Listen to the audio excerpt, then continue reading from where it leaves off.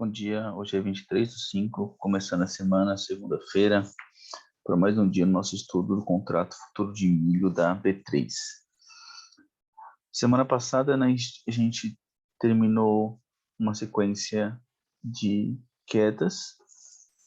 A gente observou depois de uma tentativa de rompimento do contrato de setembro,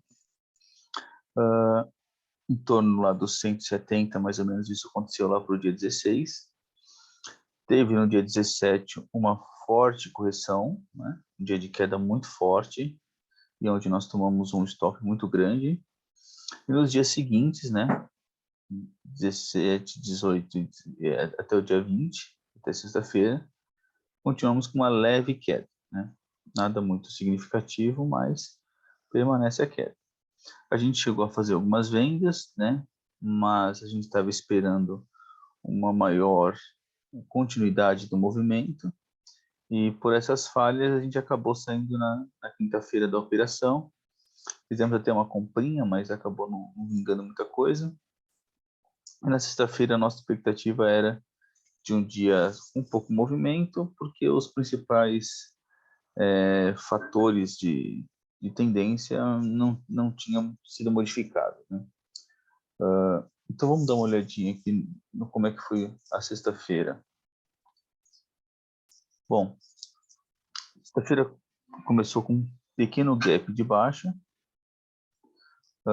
Como nossa expectativa era de um movimento, um fluxo pequeno, né, como é o mais comum nas sextas-feiras, a gente não estava com muita vontade de operar, mas logo nos 40 minutos, lá para mais ou menos para as 10 horas, a gente observou aqui um movimento um pouquinho mais intenso, na busca pelo rompimento de um ponto importante aqui, que a gente já tinha discutido ele no dia anterior, que é o ponto de 94,50.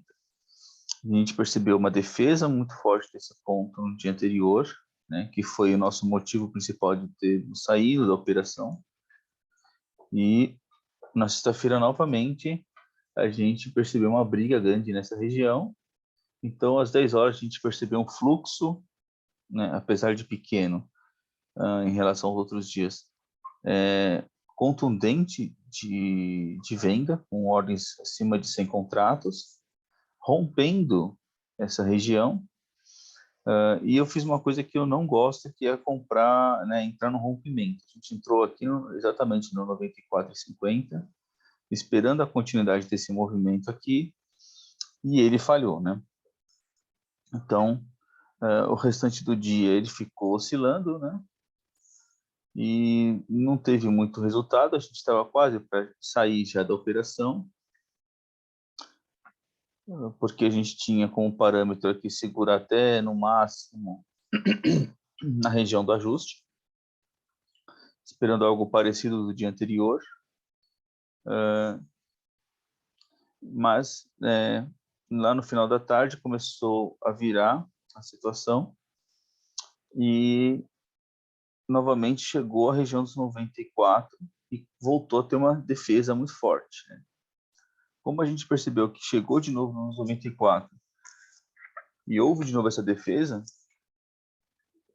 a gente resolveu sair da operação, mais ou menos quase no 0 a 0, acho que uns 10, 20 centavos de prejuízo. Mas eu não quis pagar para ver para a semana seguinte, né? Para chegar hoje e correr o risco de acontecer alguma coisa no final de semana e abrir com um gap de alta e ter um loss muito grande. Então a ideia foi que teve uma frustração nesse rompimento, apesar de que graficamente existe uma forte não, né? Uma tendência de baixa, para a gente buscar um ou dois pontos ainda até chegar num ponto de suporte mais evidente. Mesmo assim, pela fraqueza do movimento e pelas diversas falhas e pela força da defesa aqui dos compradores, eu achei que não valeria a pena o risco de ficar mal vendido e aparecer hoje um gap de alta e me dá um prejuízo muito grande, né? Então, eu preferi não correr o risco e sair da operação, né? Concomitante a essa situação que estava ocorrendo, o dólar na hora, um dos motivos também que me fez entrar foi porque o dólar aqui nessa região aqui nas 6 horas estava caindo, né? E foi um dia relativamente de uma pequena queda do dólar, né? Em torno de quase 100 pontos de queda ao longo da extensão do dia. Só que essa extensão não foi suficiente para fazer alguma pressão mais significativa no preço. Também lá fora, deixa eu pegar aqui, na Bolsa de Chicago, aqui no dia 20, foi um dia também, a região das 10 horas, mais ou menos, foi um dia praticamente estável, né? A gente não teve muita coisa para fazer, né? Então, praticamente a gente nem se orientou com essa situação aqui, que foi muito estável. Para hoje, então, lá em Chicago, a gente tem uma leve alta das commodities, né? Milho, trigo um pouquinho maior, soja aumentou, está devolvendo um pouquinho nesse momento. Petróleo abriu com gap de baixa, mas agora está subindo. Nada muito espantoso, né? Tudo dentro de uma certa estabilidade. Como sexta-feira foi um dia meio fraco, então, número de contratos abertos praticamente zero, né? O N5 e o menos 62, ou seja, isso aqui praticamente não é um número significativo para a gente utilizar. Fluxo também, o volume financeiro também muito abaixo da média, né? O N de 100 milhões, o U 240 milhões, muito baixo, né? Então, a gente espera normalmente para ter alguma coisa significativa em termos de volume acima de 400 milhões. Então, também o volume, né, não é um parâmetro que a gente vai utilizar como referência da sexta-feira. O contrato à vista, né, do índice Exalc diminuiu um pouquinho, né, menos de 1%, mas diminuiu um pouquinho, né? Nada também muito significativo. Em termos de notícias também a gente tem pouca coisa, né? A única coisa que tem é uma questão da Argentina, que tem uma intenção de aumentar o volume de exportação. Teoricamente pode ser uma certa concorrência com a safrinha, né, que é um tipo de milho nosso mais voltado à exportação também, mas também, por outro lado, tem uma falta de oferta no mundo, né? Então a gente não consegue, nesse momento agora, utilizar essa informação para fazer preço, né? Em termos climáticos, nada